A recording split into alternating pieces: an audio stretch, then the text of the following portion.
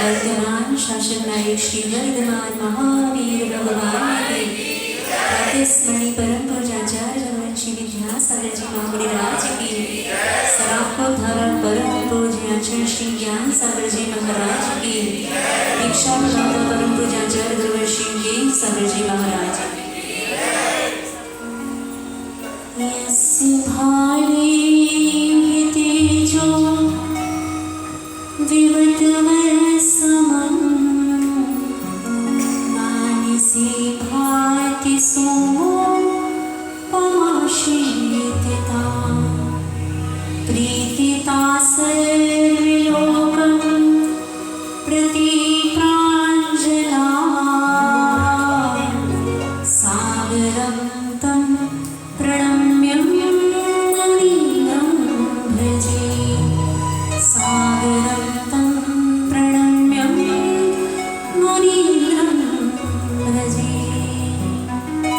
शिक्षा प्रदाता परम पूज्य गुरुवर ऋषि प्रणम्य सागर जी महाराज की सोने कारण महापर्व की अहिंसा परमो धर्म परम पुजारिका 105 प्रसन्नमती माता जी की परम पुजारिका 105 श्री प्रसन्नमती माता जी की कालिका संघ की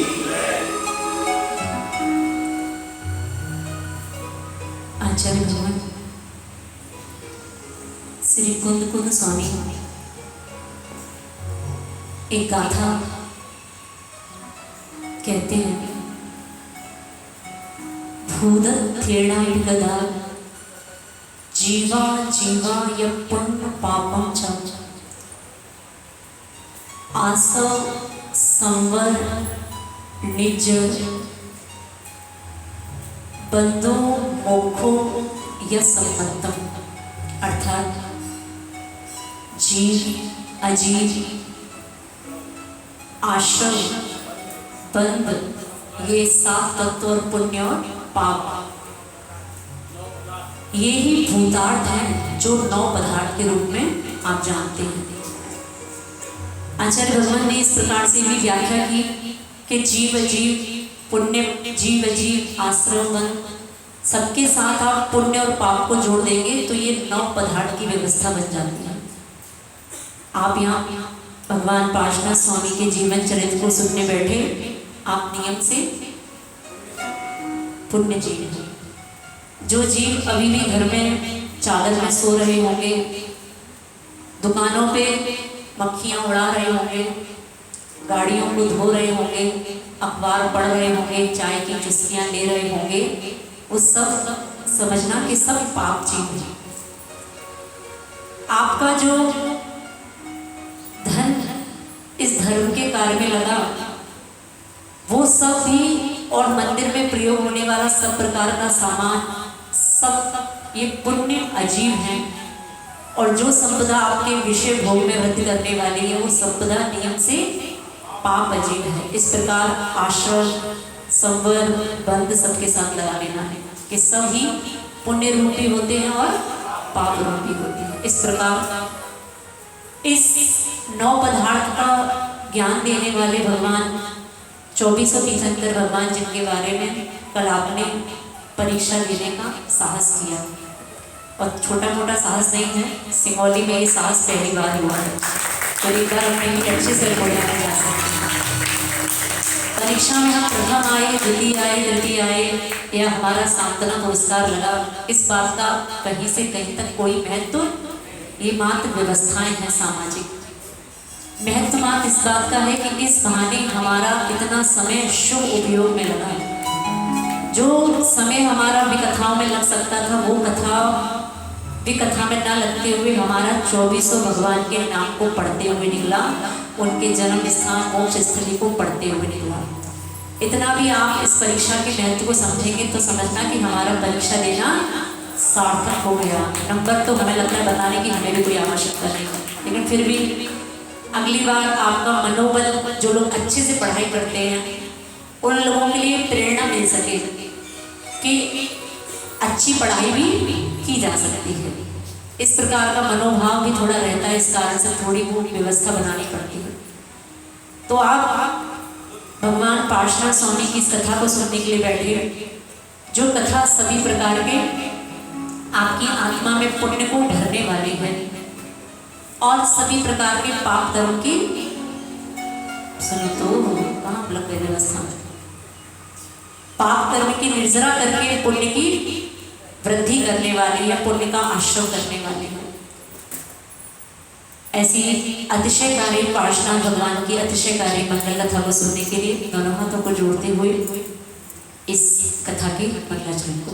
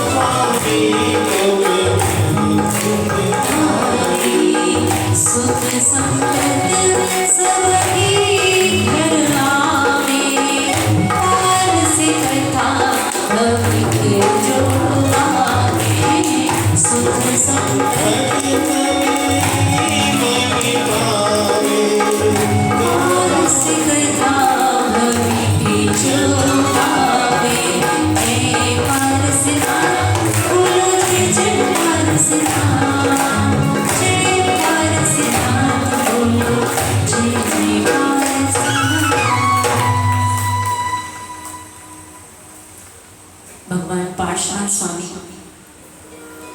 जिनकी 10 अंगों की ये कथा मात्र कथा नहीं है, आपकी सब व्यथा को मिटाने वाली है। सभी प्रकार की व्यथा से छूटने के लिए इस कथा का श्रवण करेंगे तो नियम से सारी व्यथाएं यहीं छूट जाएंगी। ऐसे पार्श्वनाथ भगवान जिन्होंने 10 भव तक अपने बैरी का बैर सहा और फिर भी हर भव में, चाहे वो मनुष्य गति की पर्याय हो, चाहे वो तिर्यंच गति, हर पर्याय में उन्होंने उस उपसर को समता भाव से सहा। इस कथा को सुनकर आप भी अपने जीवन में चाहें तो थोड़ी सी समता, भगवान पार्श्वनाथ के भक्त हो तो भगवान का एक अंश तो ग्रहण करना पड़ेगा कि नहीं। मात्र कथा को सुन के क्या होगा। हम कभी भी जब स्वाध्याय आदि क्लास वगैरह लगती है, हम हमेशा श्रावकों से इस बात को कहते हैं कि मात्र ग्रंथों को पढ़ लेना, सब प्रकार की गाथाएं याद कर लेना ही अपने आप में पर्याप्त नहीं है। अगर उस ग्रंथ का अंश आपके जीवन में उतर आया है तब भी समझना कि हाँ, हमारा स्वाध्याय करना सार्थक है। हमने रंगीकरण श्राप का चार पढ़ लिया, हमने पुरुषार्थ सिद्धि उपाय पढ़ लिया, सब प्रकार के श्राप का चार पढ़ लिया, सब प्रकार के श्लोक याद कर लिए, लेकिन श्रावक बनने की तरफ हम उन्मुख नहीं हो पाए। तब ऐसा वो श्राप का चार पढ़ना भी हमें लगता है प्रयोजनहीन है। तो ज्ञान वही, कल आपको बताया कि ज्ञान वही जिसका फल क्या हो, बोलने में भी डर लगता है तो चारित्र के वजह से। ज्ञान का फल चारित्र है, बिना चारित्र के आचार्य ने सभी प्रकार का ज्ञान निरर्थक कहा। इस प्रकार भगवान पार्श्वा स्वामी के जीवन से इस प्रकार की शिक्षा को लेते हुए कि ऐसे तीर्थंकर भगवान जिन्होंने हर भाव में अपने शत्रु के उपसर्ग को समता भाव से सहा। थोड़े से फ्लैशबैक में चलते हैं जिससे आपका पीछे का डाटा सब डिलीट ना हो जाए। भगवान पार्श्वा जो 10वें भाव में मरुभूति के रूप में है और उनका भाई, बोलते चलो हम भूल जाए तो हमें थोड़ा सा याद दिला देना। तो मरुभूति और कमट, और जब कमट के द्वारा अपने भाई मरुभूति की हत्या कर दी जाती है तो मरुभूति जाकर हाथी वज्र घोष के रूप में तिरंज गति में उत्पन्न होता है। उसका भाई कमट कहाँ कुक्कुट सर्प की पर्याय में उत्पन्न होता है, और जब वो सर्प के द्वारा उस हाथी को भी डस लिया जाता है तो वो हाथी फिर वहाँ संयम भाव के प्रभाव से स्वर्ग में जाके उत्पन्न हो जाता है और वो सर्प का जीव नरक में जाके पड़ जाता है। और फिर वो वहाँ देव पर्याय से च्युत होकर कहाँ आते हैं? माता जी क्या बताएं, आप बता दो, वही बुला लेंगे। हाँ, कौन से? हाँ, स्वर्ग से आने के बाद वो मुनिराज के रूप में वहाँ अग्निवेग नाम के मुनिराज बनते हैं, और वहाँ जो वो नारकी जीव है, कमट का जीव, वो वहाँ एक अजगर के रूप में उत्पन्न होता है और वो वहाँ पूर्व भोग के संस्कार से उसको निगल लेता है। और निकलने के पश्चात वो मुनिराज समाधि भाव से मरण करके, समता पूर्वक मरण करके 16वें स्वर्ग में जाके उत्पन्न होते हैं। इस प्रकार अब उनका जो पर्याय है वो एक विदेश क्षेत्र में वज्र नाभि के नाम से है। ठीक है, अब वर्तमान में कहाँ चलना है? वज्र नाभि चक्रवर्ती के पास। तो ऐसे भगवान पार्श्वनाथ स्वामी जो अब चक्रवर्ती के रूप में इस धरा पर अवतरित हो चुके हैं, जिनका जन्म कल आपको बताया कि जम्बूद्वीप में जो सुमेरु पर्वत है, आप मंदिर में जब अभिषेक करते हैं श्री जी का तो एक पांडुक शिला स्थापित करते हैं और उसके ऊपर श्री जी को विराजमान करते हैं। तो ये पांडुक शिला उसी शिला का प्रतीक है, जो वो शिला सुमेरु पर्वत के ऊपर बनी है। कहाँ है सुमेरु पर्वत? हाँ, थोड़ा सा याद रखना है। जम्बूद्वीप के बीचों बीच में जो विदेश क्षेत्र है उसमें सुमेरु पर्वत, जिसका नाम सुदर्शन मेरु है। ऐसे सुदर्शन मेरु जिसकी ऊंचाई 1,00,000 योजन है। अगली बार परीक्षा देनी है कि नहीं? कितने लोग का बने पुरुष वर्ग? हाँ, इसकी सेकंड पार्ट महिलाओं का तो इसका नहीं होगा, इसमें कुछ याद करेंगे। था नहीं, कुछ था क्या? बोलो तो कुछ नहीं था, सब सरल तो था। अगली परीक्षा जो होगी वो सबके लिए होगी, पुरुष वर्ग के लिए अलग होगी और महिलाओं के लिए। तो थोड़ा सा मेरा भाव है कि कुछ अब स्तर को आपके बढ़ाया जाए, थोड़ा सा, ज़्यादा नहीं। मात्र LKG के बाद फर्स्ट क्लास नहीं, अभी सिर्फ UKG। लेकिन परीक्षा देने का मन है कि नहीं है? ऐसे जबरदस्ती या मन से? तो थोड़ा मुस्कुरा के तो बताओ। हाँ, थोड़ा हंस के। तो इस प्रकार वो सुमेरु पर्वत जो 1,00,000 योजन की ऊंचाई वाला है, जिसके ऊपर 40 योजन की चूड़िका है, ऐसे उसकी ऊंचाई 1,40,000 योजन। अब इसके ऊपर पांडुक शिला बनी है, जिस शिला पर भगवान का अभिषेक करते हैं। ये शिला कहाँ पर है? तो ये इसी सुमेरु पर्वत के, और एक शिला नहीं है, ऐसी कितनी शिलाएं हैं? 4 शिलाएं। पांडुक शिला, रक्त शिला, रक्त कमला शिला और पांडु कमला शिला, ऐसी 4 शिलाएं हैं। आपको तो सिर्फ पांडुक शिला इसलिए याद रहती है क्योंकि आपको किससे प्रयोजन है? अपने भगवान से और अपनी पांडुशिला से। लेकिन और भी जगह भगवान होते हैं। तीर्थंकर भगवान आप भरत क्षेत्र में हैं तो भरत क्षेत्र में भी होते हैं, जैसे आदिनाथ भगवान, महावीर स्वामी, ये कौन से क्षेत्र में हुए? ये भरत क्षेत्र में। और भरत क्षेत्र के अलावा और भी स्थानों पर तीर्थंकरों का सद्भाव होता है, जैसे ऐरावत क्षेत्र है। आपको बता चुके हैं पहले भी कि जैसा भरत क्षेत्र में कार्य होते हैं, जैसी व्यवस्था भरत क्षेत्र में होती है, वैसी व्यवस्था वो उसकी टू कॉपी है, उसका दर्पणवत है वो रूप। तो भरत क्षेत्र में भी तीर्थंकर होते हैं। और थोड़ा सा मुख से अगर बोलेंगे तो जल्दी याद होगा, अलग से क्लास में तो आओगे नहीं, इसलिए इसी को क्लास समझ लेना है और इसी को भगवान पार्श्वनाथ स्वामी की कथा भी सुनना है। सब प्रकार का जो समय आपको मिलता है वो यही 1 घंटा है। तो सुमेरु पर्वत के ऊपर ये जो तीर्थंकरों की व्यवस्था वो ऐसे बनती है कि भरत क्षेत्र में भी तीर्थंकर होते हैं और ऐरावत क्षेत्र में भी। और कहाँ होते हैं? तो कल आपको बताया कि विदेह क्षेत्र जो बीचों बीच में है, इसमें भोग भूमि भी है और कर्म भूमि भी है, और हमेशा इसमें चौथा काल चलता है। तो इसमें पूर्व विदेह और पश्चिम विदेह 2 दिशाएं हैं, पूर्व और। इसमें तीर्थंकर भगवान यहाँ विराजमान मिलेंगे आपको। कम से कम कितने मिल जाएंगे? पीछे बोलना तो सीखो थोड़ा सा। हाँ, और अधिक से अधिक मिलेंगे तो आपको 160 मिलेंगे। तो ऐसे पूर्व विदेह में भी तीर्थंकर होते हैं और पश्चिम विदेह में भी। ऐसे 4 स्थान होते हैं जहाँ पर तीर्थंकरों का सद्भाव पाया जाता है। भरत क्षेत्र, ऐरावत क्षेत्र, सिर्फ गर्दन नहीं हिलानी है, सिर्फ गर्दन नहीं हिलानी है, थोड़ा सा जिह्वा इंद्री को भी हिलाना है, थोड़ा इसको भी कष्ट देना है। कष्ट ही देना है ना, रसगुल्ले खाने से कष्ट नहीं होता। तो पश्चिम, पूर्व विदेह और पश्चिम विदेह, और भरत क्षेत्र और ऐरावत क्षेत्र, ऐसे 4 क्षेत्र समझते हैं जहाँ पर तीर्थंकर भगवान उत्पन्न। और इसीलिए चारों तीर्थंकर भगवान के अभिषेक की व्यवस्था भी अलग अलग रहती है। भरत क्षेत्र, ऐरावत क्षेत्र, पूर्व विदेह और पश्चिम विदेह। आप भरत क्षेत्र के तीर्थंकरों का अभिषेक के लिए आप मतलब सौधर्मित्र, उसकी सौधर्मित्र की पूरी पार्टी वो कहाँ ले जाती है भगवान को? पांडुशिला पर। ऐसे ही ऐरावत क्षेत्र और 3 क्षेत्र जो शेष बचे उनके लिए 3 शिलाओं की व्यवस्था है, पांडुशिला, पांडु कमला शिला और रक्त कमला शिला। ठीक है ना? तो ऐसी ये शिलाएं सुमेरु पर्वत के ऊपर बनी हुई हैं जिन पे भगवान का अभिषेक होता है। तो ऐसी इस सुदर्शन मेरु जहाँ पर विदेह क्षेत्र है, पश्चिम विदेह में एक राजा है, नाम याद है कुछ? कुछ नहीं याद। 25 राजा का नाम क्या है? वज्रवीर नाम का राजा।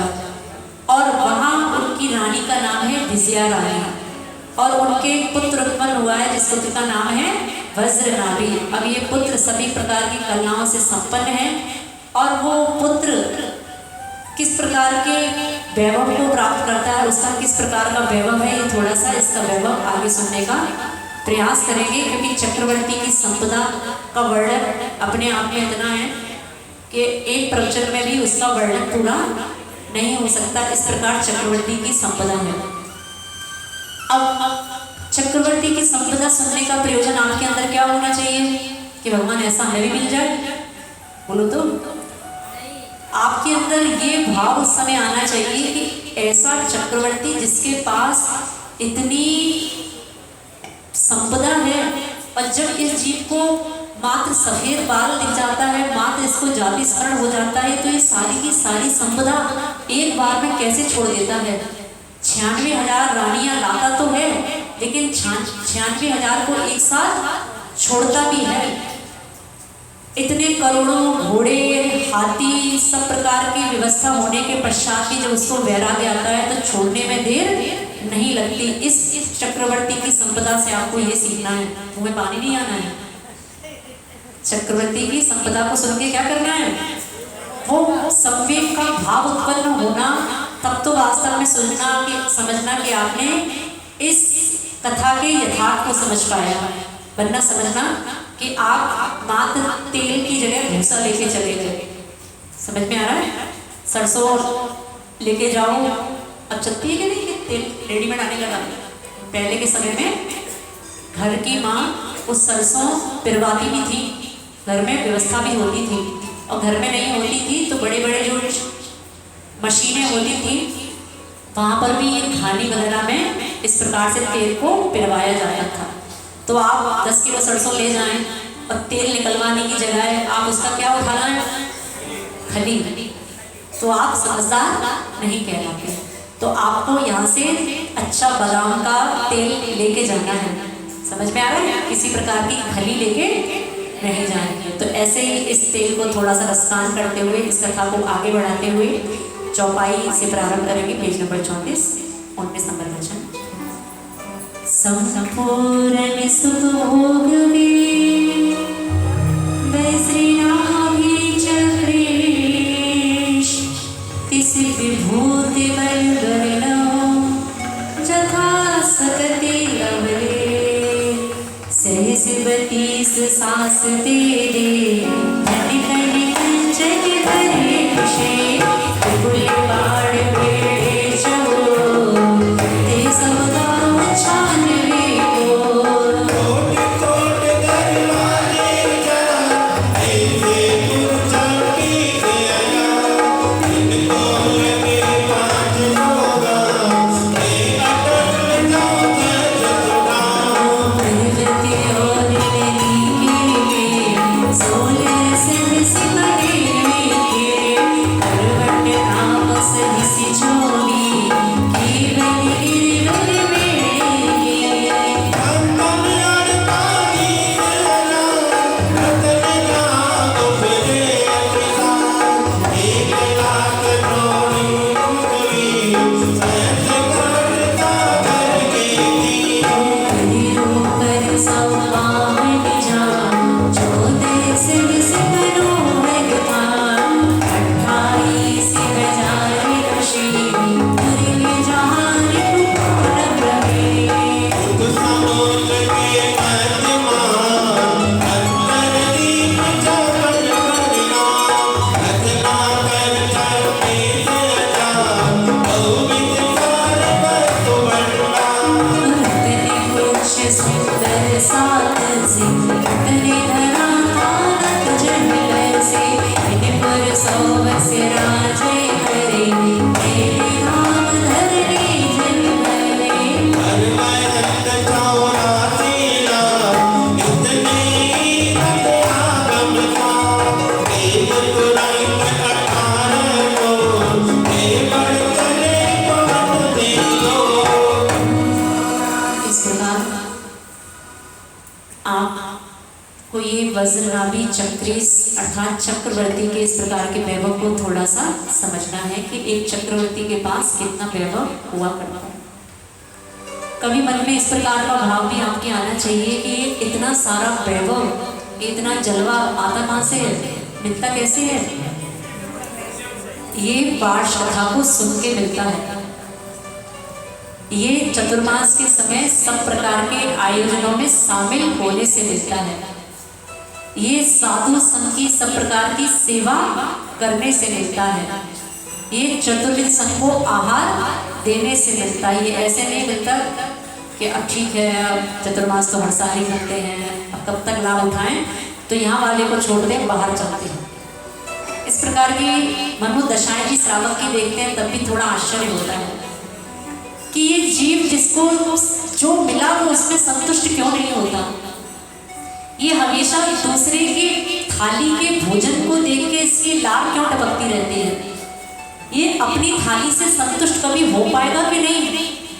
बोलो तो। माता जी ने यहाँ चले और वहाँ चले, माता जी ने यहाँ और वहाँ, माता जी बस यहाँ वहाँ जाता मत पूछो।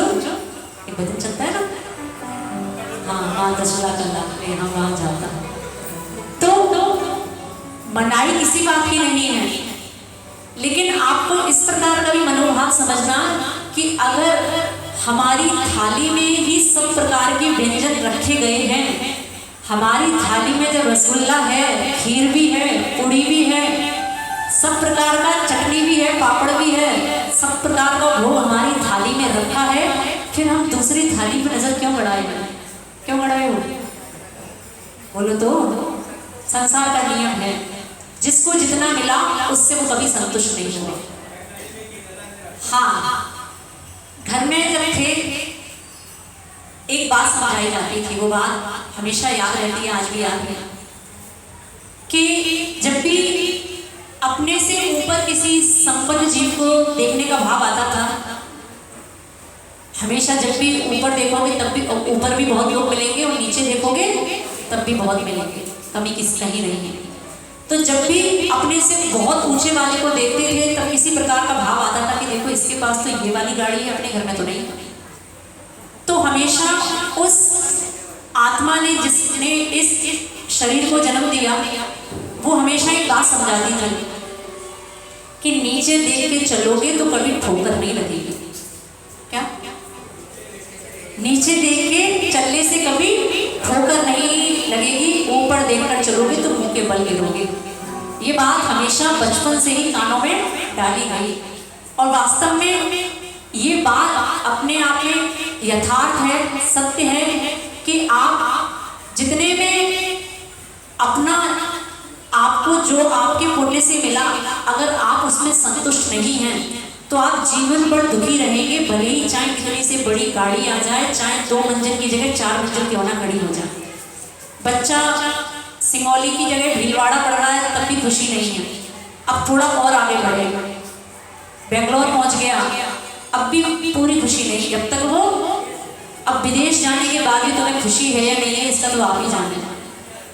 जब तक हम इस बात को स्पष्ट अपने अंतरंग में नहीं उतार लेंगे कि जो प्राप्त है सो पर्याप्त है, जब तक इस सूत्र को नहीं सीखेंगे तब तक जीवन भर दुखी बने रहोगे, चाहे आपको चक्रवर्ती जैसी संपदा भी क्यों ना मिल जाए।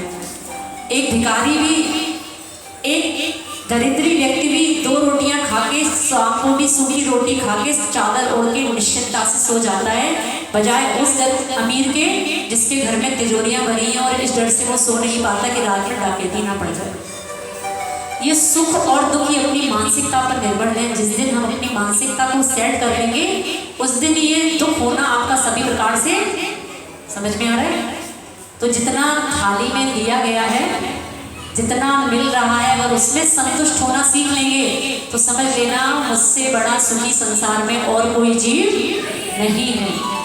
साधु अगर नगर में मिले हैं तो आपके पुण्य से ही मिले हैं। साधु को तो रोटी अगली धड़ौत में भी मिल जाती है और गुराव में भी मिल जाती है, समझ में आ रहा है। यहीं पर वर्षा योग होने का ये संयोजन हुआ। उसका कारण क्या कि यहाँ के श्रावक के पुण्य में किसी प्रकार की बढ़ोतरी होनी थी कि वर्षा योग पूरे इस बेल्ट में अगर गांव में कहीं हुआ तो कहाँ हो रहा है, बोलो तो ये साधु का किसी प्रकार का पुण्य नहीं है। साधु का क्या पुण्य है? उसकी तो दीक्षा जिस दिन उसने ले ली, उस दिन महाव्रतों को धारण कर लिया, उसका तो पुण्य उतना ही है, वही बढ़ रहा है उसका पुण्य। लेकिन ये वर्षा योग मिला, ये किसके पुण्य से? तो पुण्य में वृद्धि करने के लिए क्या करना कि जो अपनी थाली है वो ही थाली में संतुष्ट रह जाए, हमारे अंदर ज्यादा उछल कूद समझ में आ रहा है। इशारा पर्याप्त है, व्याख्या करें। व्याख्या करने की आवश्यकता नहीं है, क्योंकि रोज एक श्रीफल लेके मेरे पास आ जाते हो, माता जी हम चले, कहाँ चले? तो बस चले माता जी, क्योंकि अब थक गए माता जी, 1.5 महीना हो गया माता जी, क्या बताएं, 1.5 महीने एक ही चेहरा देख के, 2 ही चेहरे देख के माता जी थक गए। क्यों? ऐसा भी होता है कि नहीं होता? अच्छा, मेरे पास शायद एक ही साल को बार सुबह शाम दोपहर वही माता जी, अरे अब थोड़ा सा कुछ नया चाहिए। किसी प्रकार के आपको जब नए की आवश्यकता पड़ रही है, इसका मतलब समझना अभी आप मानसिक रूप से स्थिर नहीं है। समझ में आ रहा है? मानसिक रूप से स्थिर आप उस दिन कहलाएंगे, आप उस साधु की अवस्था को कभी सोच के समझ चलें कि आपसे कहा जाए कि आपको आज यहाँ रहना है, कल आपको किसी दूसरे गांव में रहना है, और फिर तीसरे दिन एक नए गांव में रहना है। समझ में आ रहा है? पगला जाओगे कि नहीं? जब आपको अपनी गृहस्थी नहीं दिखती, आपको अपना पोता नहीं दिखता, आपको हर जगह कहा जाए कि बेटा और ऐसी जगह रहना है जहां तुम्हारे लिए कोई जानने वाला नहीं है। आपको हर बार हर दिन एक नए गांव में भेजा जाए, और गांव भी कैसा जिसके लोग आपसे, उत्तर प्रदेश वाले को मध्य प्रदेश भेजा जाए और मध्य प्रदेश वाले को पगला जाओगे 2-3 दिन बाद गारंटी है कि कुछ हो जाएगा। घर की याद आने लगेगी कि कहाँ मेरा जीवन आ गया, मुझे घर चाहिए, अंदर से आत्मा रोने लगेगी कि मुझे तो मेरे घर भेज दो। आप समझेंगे साधु की मानसिकता किस रूप में स्थिर होती है कि जीवन पर्यंत वो एक गांव से दूसरे गांव, दूसरे गांव से तीसरे गांव, ऐसे लोगों के बीच में रहता है जिन लोगों से उसका जीवन में कभी परिचय नहीं है, जिसको उसने पहली बार देखा। अलग तरह का भोजन है, अलग तरह की रहने की शैली है, बोली अलग है, सब कुछ अलग है, फिर भी साधु अपनी मानसिकता को स्थिर रखा है कि कोई बात नहीं, सब कुछ अलग क्यों ना हो लेकिन सब जीव ही तो हैं, जैसे मैं जीव हूँ। सिंगोली वाले भी जीव है कि नहीं है? आप अच्छे से बोलो, तो बोलोगे नहीं तो हमें लगेगा अजीब हो सब। तो इस प्रकार का आपको भाव भी समझना कि एक साधु सब प्रकार विहार करते हुए उसकी मानसिकता किस रूप में स्थिर रहती है, वो किसी प्रकार से विक्षिप्त नहीं होता। और इस प्रकार आपको भी विक्षिप्त नहीं होना है। चतुर्मास में कैसे रहना है बोलो तो। अरे माता जी, आज तो प्रवचन सुनना थोड़ा मुश्किल हो गया, भारी हो गया। हम किसी प्रकार का कोई निषेध नहीं कर रहे, हम तो मात्र आपको इतना सिखा रहे हैं कि बेटा जो मिला है उसमें भी तो सुखी रहना सीखो, जो नहीं मिला हमेशा उसके पीछे कब तक भागोगे। कम से कम 4 महीने तुम्हें किसी साधु की सन्निधि मिली है, उस साधु की सन्निधि में 4 महीने उसकी देशना का लाभ ले लो, उसकी सानिध्य में जो स्वाध्याय होता है उसका लाभ ले लो बेटा। फिर तो 8 महीने बचे हैं सब प्रकार के लिए भ्रमण करने के लिए। रोज एक श्रीफल लेके आते हो तो बोलते तो कुछ नहीं है, अब देना तो आशीर्वाद और क्या देंगे, तुम्हें श्राप तो देंगे नहीं, है ना। आओगे तो मिलेगा क्या, आशीर्वाद ही मिलेगा। लेकिन आशीर्वाद के साथ साथ एक बात का आश्चर्य भी होता है कि ये व्यक्ति कब स्थिर हो पाएगा, ये व्यक्ति कब अपने मानसिकता से, अपने मानसिक रूप से संतुष्ट हो पाएगा कि हाँ मैं सुखी हूँ। सुखी हूँ अर्थात क्या, सुखी होने का अर्थ मात्र इतना ही है कि अपने आप में संतुष्ट हो जाना, जो मिल रहा है उसको पर्याप्त मान लेना। इससे बड़ी सुखी की और परिभाषा कोई नहीं हो सकती। इसलिए आचार्य श्री ने कहा जो प्राप्त है सो पर्याप्त है। इसको जो जीव अपने जीवन में इसको सूत्र बना लेगा वो जीव नियम से हमेशा के लिए, बोलो तो सुखी होना है कि दुखी, तो क्या करना है सुखी होने के लिए, इस पाठ कथा को आगे बढ़ना है। तो इसका थोड़ा सा भावार्थ समझेंगे कि किस प्रकार का उस चक्रवर्ती के पास सब प्रकार की वैभव है, संपदा है। आप वर्षों से शांति धारा कर रहे हैं और शांति धारा में कुछ शब्द आते हैं जिनसे शायद आप अभी तक अनजान हो। ग्राम, पुर, खेत, द्रोणागुण, संवाहन, मटक, इस प्रकार के आप शब्द सुनते हैं। ये शब्द क्या है, सुनते हो कि नहीं?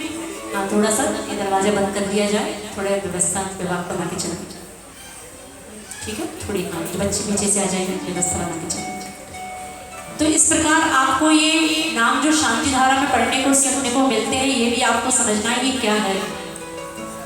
द्रोण, संवाहन, पढ़ते कि नहीं?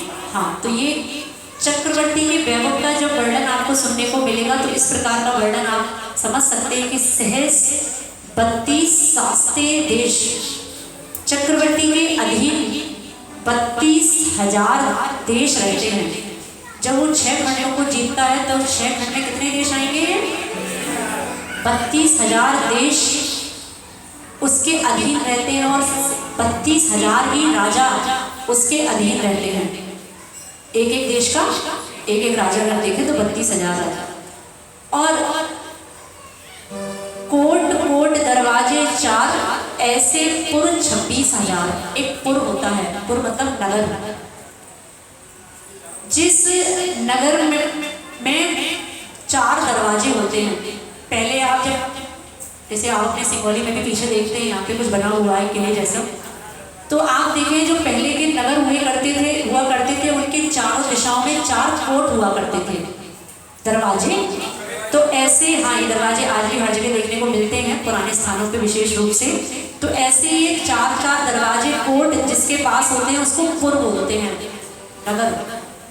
तो ऐसे चक्रवर्ती के पास कितने नगर होते हैं?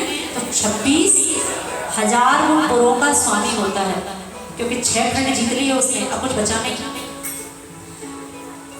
और जिनको लगे 500 गांव, एते अटम चौ सहस्र सुठाव। अब एक जो अटम होता है वो 500 गांव को मिला के बनता है, मतलब 500 गांव को मिला के क्या बनेगा? एक अटम। और ऐसे उस चक्रवर्ती के पास 4000 अटम का वो स्वामी है। अब गुणा कर लेना कि गांव कितने हो गए। और आगे बता रही खेत क्या होता है? तो पर्वत और नदी के पेड़। जो पर्वत और नदी के किनारे जो गांव हैं वो सब खेत के रूप में हैं, जो पर्वत के और नदी के किनारे बने हैं ये सब खेत के रूप में हैं। और ये खेत कितने हैं चक्रवर्ती के पास? तो 16,000 खेतों का वो स्वामी है। करवट नाम सहस 24, और करवट भी उसके पास 24,000 करवट का वो स्वामी है। और ये करवट क्या होते हैं? जो पर्वत को घेरे हुए द्वीप, समुद्र द्वीप होते हैं। ऐसे ये द्वीपों का स्वामी भी 24,000 द्वीपों का स्वामी, मतलब करवट का स्वामी वो चक्रवर्ती होता है। पत्तन 48,000 पत्तनों का स्वामी है। पत्तन क्या होते हैं? जैसे आप ये समझते ना, विशाखापट्टनम, हाँ, बंदरगाह को बोलते हैं। हाँ, जहाँ से जैसे इस रूप में इनको जाना जाता है कि आगे लिखा है जो रत्न जहाँ उपजे अतिसार। अब तो रत्न ना मिलते हो वो बात अलग है, लेकिन ये पत्तन उसी रूप में जाने जाते हैं कि जहाँ पे किनारों पर रत्नों की उत्पत्ति होती है, रत्न जहाँ प्राप्त होते हैं। तो ऐसे पत्तनों का स्वामी है वो। कितने पत्तन? 1-2 नहीं, 4800 भी नहीं, 48,000। 1,00,000 द्रोणमुख वीर, 1,00,000 वो द्रोणमुख का स्वामी है। अब ये द्रोणमुख क्या है? तो सागरों के किनारे जो ये घाट बने होते हैं, तो ऐसे घाटों को द्रोणमुख बोलते हैं।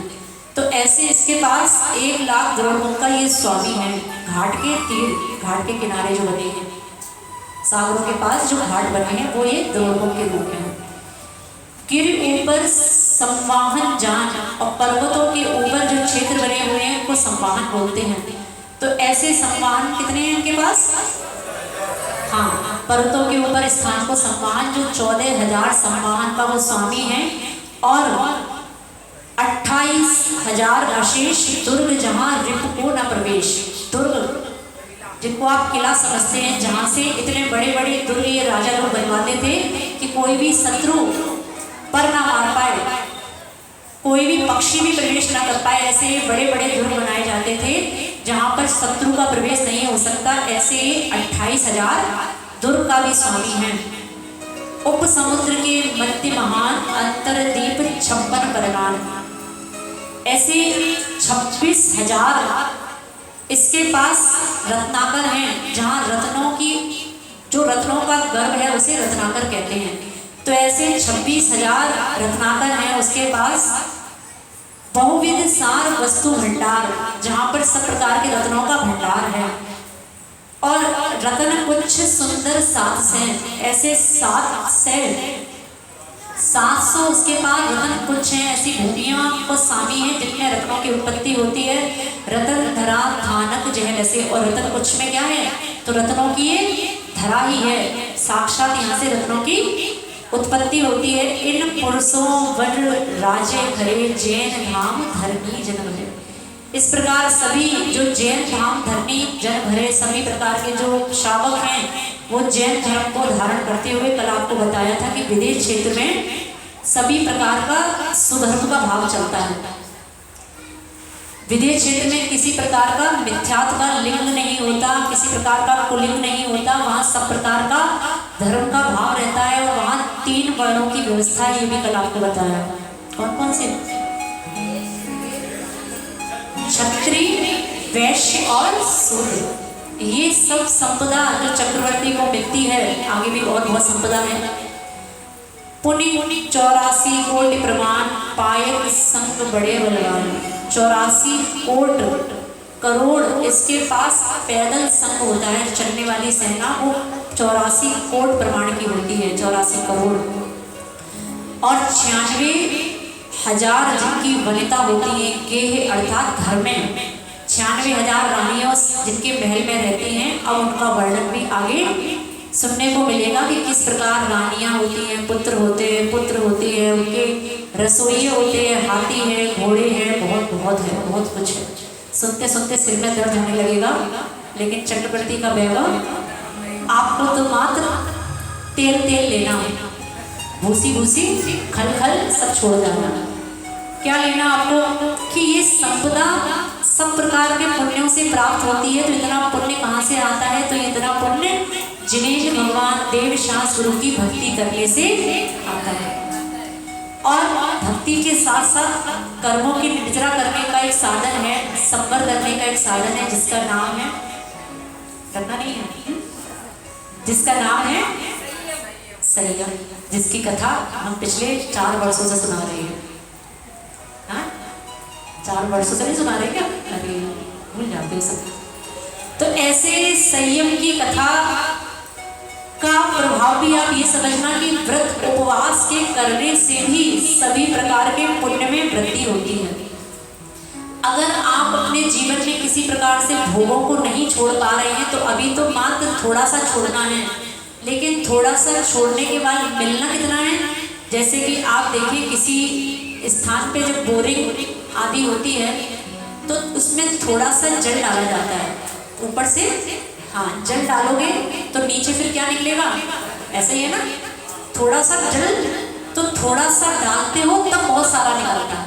ये सिद्धांत है, थोड़ा डालोगे ज्यादा, थोड़ा छोड़ोगे ज्यादा मिलेगा। एक थाली छोड़ोगे, एक रसोई को छोड़ोगे तो कितने मिलेंगे? 360 रसोई मिलेंगे। नियम है ये कि छोड़ोगे नहीं तब तक अगली बार ज्यादा मिलने वाला।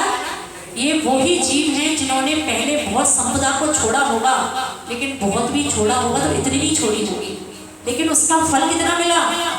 उसका फल इनको चक्रवर्ती के रूप में मिला कि इतने एक रानी को छोड़ा होगा तब कितनी मिली? समझ में आ रहा है? हाँ, तो एक को छोड़ दो तो कितनी मिल जाएंगी अगली बार? 96,000 नहीं मिलेंगी तो कम से कम 96 तो मिल ही जाएंगी। हाँ, तो इस प्रकार का आपको पुण्य और पाप की कथा भी समझनी है कि ये इतना पुण्य आता कहाँ से है। ये इतना पुण्य तमिलनाडु अभी चले जाना, अभी वर्तमान में देखना हो तो कहाँ चले जाना? हाँ, अब कब चले जाना? 2 महीने के बाद चले जाना। बंदा पता लगा माता जी आशीर्वाद दो, तमिलनाडु जा रहे है ना। अपने काम की बात तो तुरंत समझ में आती है। तो अभी एक आरिका सरल आरिका श्री ब्रह्मनंदिनी माता जी, और शायद वो आचार्य श्री वसुमती महाराज से दीक्षित हैं। तो ऐसे आरिका श्री ब्रह्मनंदिनी माता जी का आज अगर आप देखेंगे तो 46वां उपवास है। कौन सा? 46वां लगातार है। और लगातार का मतलब समझ रहे हो आप? जब साधु का उपवास होता है तो उसमें जल नहीं होता, फिर साधु का उपवास तो मतलब। और जब ऐसे उपवास की बात सुनते हैं तब लगता है वो भगवान, ये श्रावक तो 46 घंटे छोड़ने को तैयार नहीं है। इसको लगता है कि 46 घंटे छोड़ देंगे तो डॉक्टर कहेंगे भाई साहब कभी भी जा सकते हो, क्योंकि हमने मानसिकता बना रखी है कि भोजन न करने से मृत्यु हो जाती है। भोजन न करने से मृत्यु होती तो ये 46 दिन तक ये साधना करने वाली ये श्रावक ये कौन सी गति के हैं? ये साधु, ये महाव्रती, ये कहाँ से आए? अब कहो माता जी ये कुछ विशेष जीव होते होंगे जो सीधे कहीं और से आते हुए किसी दूसरे विमान से बैठ के यहाँ धरती पर लैंड किए होंगे। ये सब सामान्य ही हैं, आप ही के बीच में से निकले हैं जिन्होंने दीक्षा धारण की है। और ऐसा उन आरिका माता जी का 48 उपवास होने का संकल्प है। भक्तांबर जी के 48 उपवास, वर्धमान स्रोत के उपवास करने में 4 साल लगा दिए, अभी पूरे नहीं हुए। और वहाँ 48 कब हो गए? 48 दिन में।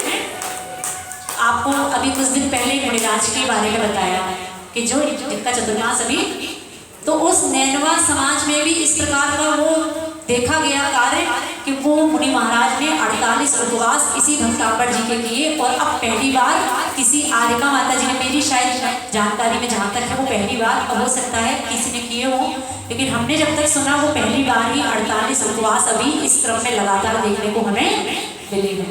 और वो आर्यका माता जी अपनी दृष्टि को नीचे किए पूरे समय बस अपने ध्यान और तप में लीन हैं, अपने एक स्थान पर विराजमान। तो ऐसे महातपस्वियों के दर्शन करने की भी भावना आपके मन में बननी चाहिए कि वास्तव में आज भी धरा पर जहां पर ये शरीर अन्न का कीड़ा बना है, क्या आचार्य महाराज ने कहा है कि देह चन्नादि कीटिका, ये देह ये शरीर अन्न का कीड़ा बना है। ये अन्न में जैसे कीड़ा हमेशा लगा रहता है, ऐसे ये मनुष्य भोजन में हमेशा सोते सोते भी, पारणा के दिन भी, पारणा से एक दिन पहले भी दिमाग में यही चलता है कि कल खाना क्या है। क्यों चलता है कि नहीं? अरे हर प्रकार का मनोभाव, आप जिस दिन उपवास होता है उस दिन भी चर्चा चलती है, कानों में पड़ जाती है थोड़ी चर्चा, कल क्या बनवाओगे? अरे भैया आज तो शांति रखो, मन से भी, वचन से भी और काय से भी। आपको जिस दिन आपका उपवास है, आपके मन में अगर भोजन आ जाता है तो उस समय कायसर कर लेना, भगवान अतिचार लग गया, दोष लग गया। अब बोल बोल के ही कि कल क्या खाओगे, हाँ कुछ लोगों का ऐसा एक सिस्टम बता देते हैं और सुधार भी सकते हैं। कुछ लोग घरों में ऐसा करते हैं जैसे आज उपवास है, कल पारना है और कल चतुर्दशी है पारने वाले दिन, अब कल हरी नहीं खाना है, तो कल क्या खाना है? कुछ ऐसी व्यवस्था करनी है जिससे हमारा पारना तो शाम को ही भिगो के रख दो, ठंडाई का सामान। हाँ, ये मानसिकता जो आपकी बनी है इसको थोड़ा बदलना है। आपने उपवास के दिन अगले दिन की सामग्री करी है, मतलब अगले दिन की व्यवस्था आपने कब करी थी? उपवास वाले दिन ही आपने अगर ठंडाई का सामान और थोड़ा सा राजमा और थोड़ा सा छोला और थोड़ा सा ये और थोड़ा सा वो, तो समझना कि आपने उपवास के दिन भी अपनी लोलुपता छोड़ नहीं पाई। उस दिन तो आपको निर्विकल्प रहना था कि भगवान सुबह जो होगा सुबह का सुबह देखेंगे भगवान, और उपवास का फल इतना तो होगा कि अब मुझे जो भी मिलेगा सब अच्छा ही मिलेगा। हाँ, अलर्ट हो गए एकदम, कैमरा आते ही शावक अलर्ट हो जाता है, ये भूल जाता है कि भगवान की केवल ज्ञानी रूपी कैमरा हमेशा चल रहा है, इसलिए हमेशा ही अलर्ट होके ही बैठा जाए, मुस्कुरा के ही बैठा जाए। तो इस प्रकार की धारणा आप बदल सकते हैं। समझ में आ रहा है कि जिस दिन हमारा पुरुष वर्ग थोड़ा चाहे तो आप भी सुन सकते हैं, क्योंकि आप भी जिस दिन करते हो, क्या पता है इनसे कह के रखते हो कि सुनो पेट में बहुत परेशानी हो रही है, कल थोड़ा हल्का खाऊंगा, कल खिचड़ी की थोड़ी व्यवस्था रखना, है ना। शाम को हो सकता हो कि पुरुष वर्ग घर में लौकी और टमाटर भी ला के रख देता हो कि कल पारना किससे होगा, होता है कि नहीं। ये सब समझना कि हमारे व्रत में दोष लगाने वाले हैं, क्योंकि हम अपनी व्यवस्था, आपको व्यवस्था करनी है तो आप एक दिन पहले करके रखें, मतलब 2 दिन बाद की व्यवस्था बना के रखें 2 दिन पहले कि हमको पारने में क्या खाना है, ये कब सोच लें। ये जितना खाना है पारने में कब खाना है, मुझे लगता है कुछ कुछ लोगों का उपवास में काम यही हो जाता है, अरे अब मन तो लग ही रहा, अब क्या करें कि कल ये खाना है, चलता है कि नहीं। आप भले ही अपनी मानसिकता को नहीं समझ पा रहे हो या समझने में थोड़ा सा समय लगे, लेकिन उपवास के दिन जो चीजें आपने घर में कभी खाई ना हो, वो उपवास के दिन अगर आपको वस्तु दिख जाए तो फिर भगवान पारना कब होगा। एक घटना बताएं आपको, हाँ 2 मिनट की घटना बताते हैं, उसके बाद विराम देते हैं। कि किसी जीव की बात है कि उसका उस दिन उपवास था, एक आत्मा उसका उस दिन उपवास था, और आत्मा उस समय ज्यादा उम्र नहीं थी।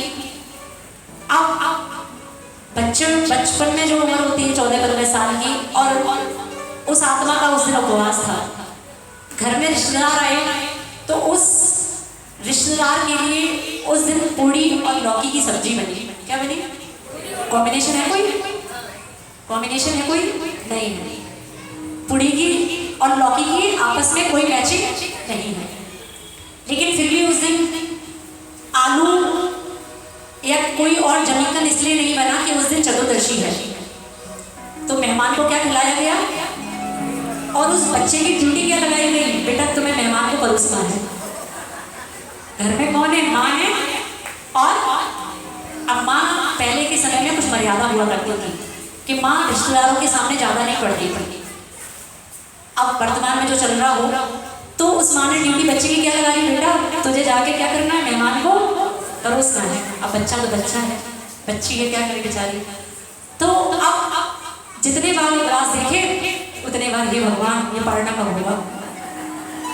अब घर में कभी पूड़ी और लौकी सब्जी खाने की किसी ने सोची ना हो, क्योंकि पूड़ी जब भी खाने की इच्छा होती है तो अच्छी अच्छी वस्तुओं के साथ ही होती है। अब अगले दिन जब पारना के लिए माँ पूछती है, बेटा मंदिर हो आओ, क्या बनाना है बता के जाना। क्या बनाना है, अरे ये क्या बात हुई, पारना तो अच्छे हल्के करते हैं, नहीं पूड़ी लौकी खानी, ठीक है कोई बात नहीं, बच्चे का जैसा बने। अब माँ भी समझ गई बच्चे को पूड़ी लौकी क्यों खानी है। अब घर में अगर 4 सदस्य हैं तो उन 4 सदस्य के लिए लगभग एक व्यक्ति अगर 10 पूड़ी खाएगा तो लगभग कितनी पूड़ी बन गई, 40 पूड़ी हो गई। अब वो माँ आटा गूंथती है कितने लोगों के लिए, घर में कितने लोग हैं, बोलो तो 4। तो अब वो माँ आटा गूंथती है 40 पूड़ियों के लिए, तो 40 अंदाज से एक अंदाज लगाती है, क्योंकि माँ कभी गिनती नहीं करती रोटी की। जानते हो ना माँ की आदत होती है ना, गिनो नहीं, जितना भूख लग रही है उतना खा लो, गिनना नहीं है। तो वो एक एवरेज भी लगाया जाता है, ठीक है वो एवरेज लग गया। अब वो बच्ची पालना करने बैठी। अब चल क्या रहा है, कल का स्वाद चल रहा है, आज का नहीं, कल का स्वाद चल रहा है। और स्वाद चलते चलते घर के लोग देख रहे हैं क्या हो गया, इसको कौन सा रोग हो गया। अब रोग कुछ नहीं हो गया, हम ठीक ठाक हैं, लेकिन कल की जो लोलुपता पड़ी थी, आसक्ति पड़ी थी, उसके चक्कर में बेचारे अब वो आत्मा भूल गई कि आटा जो 4 लोगों ने लगाया गया था वो आटा खत्म हो चुका है बेटा। अब बेटा बैठो थोड़ा और लगाते हैं। अरे आपने तो 4 के हिसाब से गूंथा था बेटा, वो तो तुमने खा लिया।